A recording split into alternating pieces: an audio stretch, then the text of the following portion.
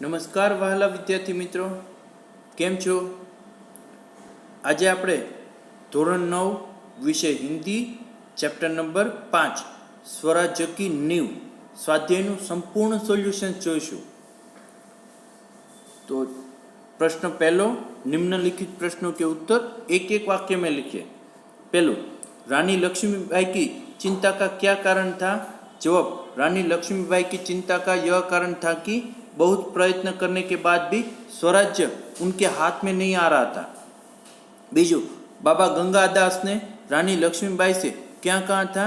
जवाब, बाबा गंगादास ने रानी लक्ष्मीबाई से कहा था कि समाज में छुआछूत, उच्च नीच और विलास प्रियता के होते हुए हमें स्वराज्य नहीं मिल सकता। स्वराज्य केवल सेवा, तपस्या और बलिदान से ही मिल सकता है। त्रीजू, रानी लक्ष्मीबाई ने क्या प्रतिज्ञा की थी? जवाब, रानी लक्ष्मीबाई ने झांसी को फिर से जीत लेने की प्रतिज्ञा की थी। चौथू, जूही सेनापति तात्या का पक्ष क्यों लेती है?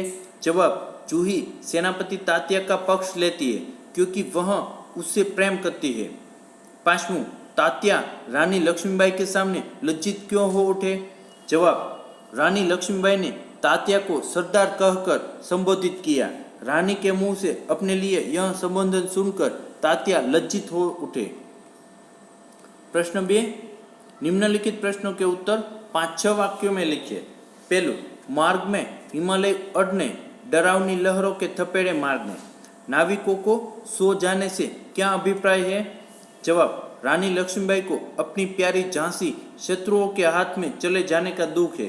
स्वराज्य की मंजिल हर बार पास आकर दूर चली जाती है। रानी स्वराज्य को पास आते हुए देखती है, पर तभी हिमालय जैसी बाधाएं उनके मार्ग में आ जाती है। जब वे इन बाधाओं को पार करती है तो मुसीबतों के महासागर सामने उमड़ जाते हैं। जब वे उन्हें पार करना चाहती है तो देखती है कि नाविक सो रहे हैं। ये नाविक है विलास में डूबे हुए उनके साथी सेनापति तात्या, राव साहेब, बांजा के नवाब आदि। बीजू, रानी लक्ष्मीबाई देशभक्ति की एक अद्भुत मिसाल है। समझाइए। रानी लक्ष्मीबाई हमारे इतिहास का एक अत्यंत तेजस्वी चरित्र है। स्वराज्य ही उनका अंतिम लक्ष्य है। इसके लिए वे बड़े से बड़ा बलिदान दे सकती है। स्वराज्य की नींव बनने में ही जीवन की सार्थकता मानती है। उन्हें राग रंग से खत्म नफरत है। उन्हें राग रंग से सख्त नफरत है। उन्हें यही चिंता है कि स्वराज्य के लिए लड़ रहे उनके सैनिकों की वीरता कलंकित न होने पाए। सचमुच रानी लक्ष्मीबाई देशभक्ति की एक अद्भुत मिसाल थी। स्वराज्य की नींव शीर्षक कहाँ तक सार्थक है? प्रस्तुत एकांकी के लिए कोई अन्य शीर्षक दीजिए।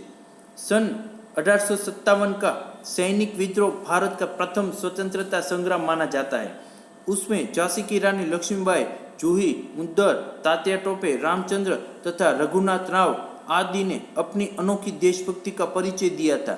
ये सब अपना बलिदान देकर स्वराज्य की नींव के पत्थर बन गए। बाद में इस एकांकी के पात्रों के न्याय, तपस्या और बलिदान की नींव पर ही भारत की आज़ादी की इमारत खड़ी हुई। इसलिए इस एकांकी का शीर्षक स्वराज्य की नींव बिल्कुल सार्थक है। इसके अन्य शीर्षक ये हो सकते हैं कि स्वराज्य की आधारशिला और आज़ादी के वे परवाने। प्रश्न 4, प्रस्तुत एकांकी में से उन कथनों को छांटिए जिससे पता चलता है कि युद्ध की छाया में भी राव साहेब वैभव विलास में डूबे हुए थे।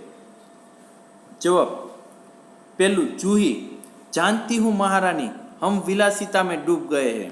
बीजू, मुद्दर, विलासिता में डूबे हैं राव साहेब, बांद्रा के नवाब सेनापति तात्या। त्रीजू, लक्ष्मीबाई, जूही ने उन्हें रोका है मुद्दर, मैं जानती हूँ जब राव साहब के लिए बुलाने इसे आए थे तो इसने उनको बुरी तरह धुतकार दिया था। प्रश्न 5, निम्नलिखित वाक्य का आशय स्पष्ट कीजिए। पहलू, स्वराज्य प्राप्ति से बढ़कर स्वराज्य की स्थापना के लिए भूमि तैयार करना स्वराज्य की नींव का पत्थर बनना।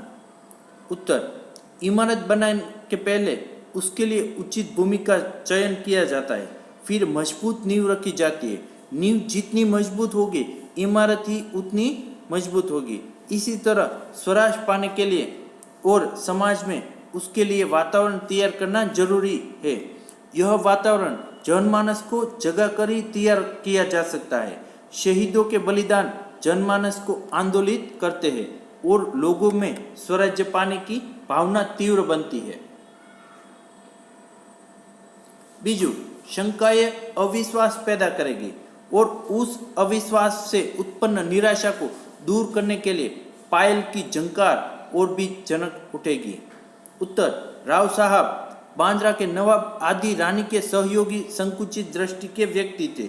वे अपने सपने स्वार्थ के लिए रानी लक्ष्मीबाई से जुड़े थे। उनमें न देश प्रेम था और न एक दूसरे के प्रति विश्वास था। वे एक दूसरे को शंका की दृष्टि से देखते थे। ऐसे में स्वराज्य स्थापना की बात उनमें परस्पर अविश्वास बढ़ा सकती थी। अविश्वास उनमें निराशा पैदा करता और फिर उसे उत्पन्न दुख दूर करने के लिए वे राग रंग में डूब जाते।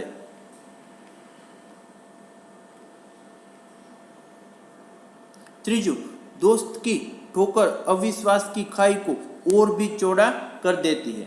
जवाब, दोस्ती में एक दूसरे पर विश्वास होता है।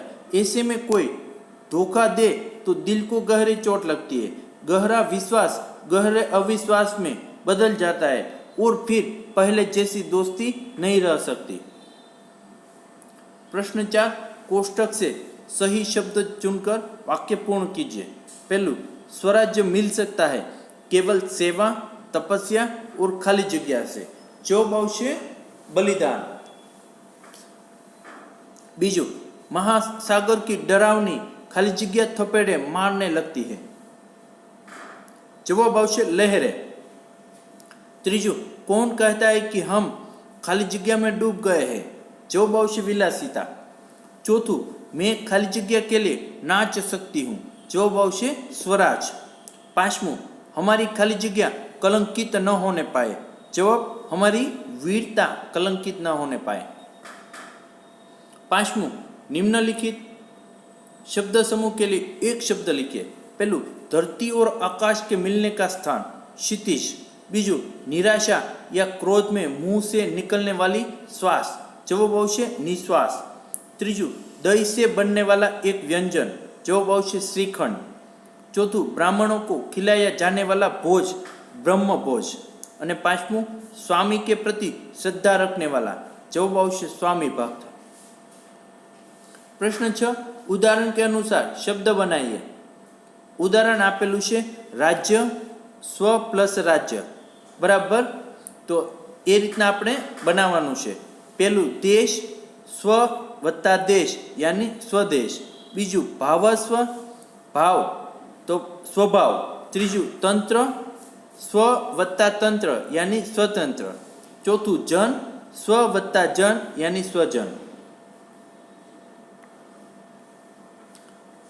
उदाहरण के अनुसार शब्द बनाइए। उदाहरण तरीके सुंदर तो सुंदरता और सौंदर्य। ए ज रीतना पहलू है शूर तो शूरता अने शौर्य। बीजू है धीर तो धीरता अने धैर्य। त्रीजू है उदार तो उदारता अने औदार्य। चौथू है स्थिर तो स्थिरता अने स्थैर्य। थैंक यू मित्रों।